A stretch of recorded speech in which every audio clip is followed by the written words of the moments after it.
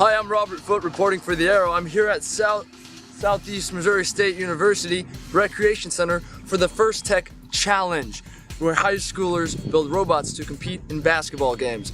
There are 34 teams here, and all of them will be competing fiercely. Now we have about 5 hours to go until the winners are announced, and frankly, I want to get inside there. Y'all ready for this?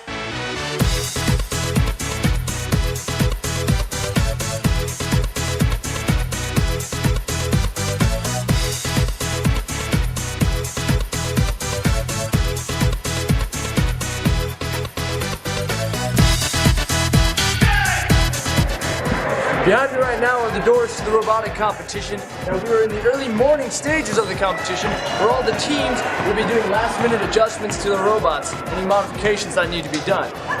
The actual competition will start at 11:30, so we still got a little time. But right now, I gotta say, I can admit this freely, I think I'm the dumbest person here.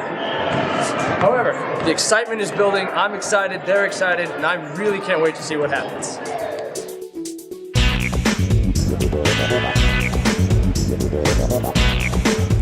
The competition is massive, and just by walking around you can tell that this is serious business. On one side of the gym, 34 teams from across the region furiously toil away with their last-minute modifications as the clock ticks down.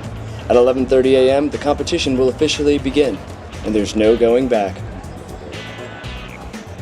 On the other side, two arenas patiently await the battles which are about to ensue. In the center stands two net-looking devices and a few weird pipe thingies.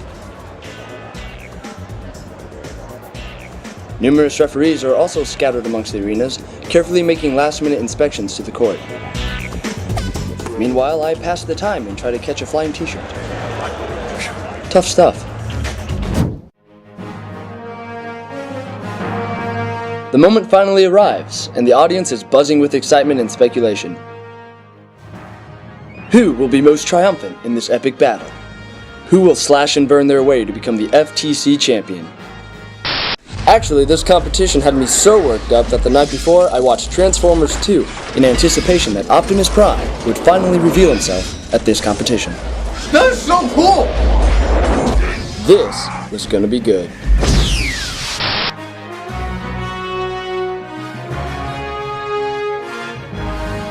The referees are set, and the countdown begins.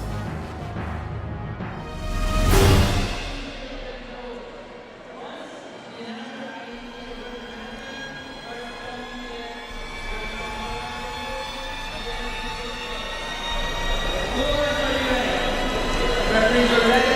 In 3, 2, 1. Go! And we got 3 more robots moving into the operating mode. And that was it. No explosions, axes, or buzzsaws. The robots simply bumped into each other and ran around in circles. I was in disbelief. Something was horribly wrong. Then suddenly, something happened.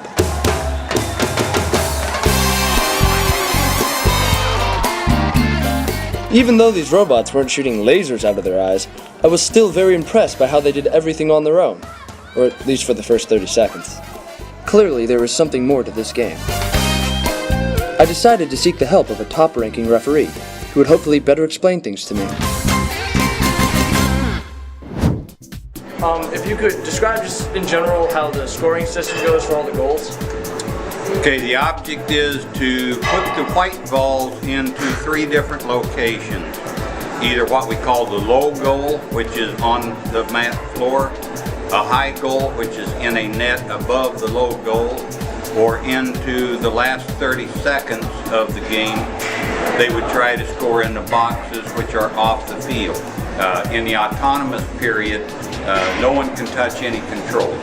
The robots run strictly by themselves.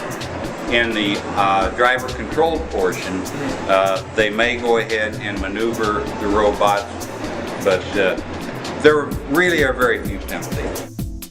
With a better understanding of the game, I intently watched for the next 3 hours. The engineering and complexity of the robots was astounding and completely mind-blowing. Will never work. 3-inch radius PVC pipe? Classic mistake. I feel sorry for him. I feel sorry. I decided to go backstage and talk to some of the contestants. One of the teams, Team 3535, offered what they had to say about the competition.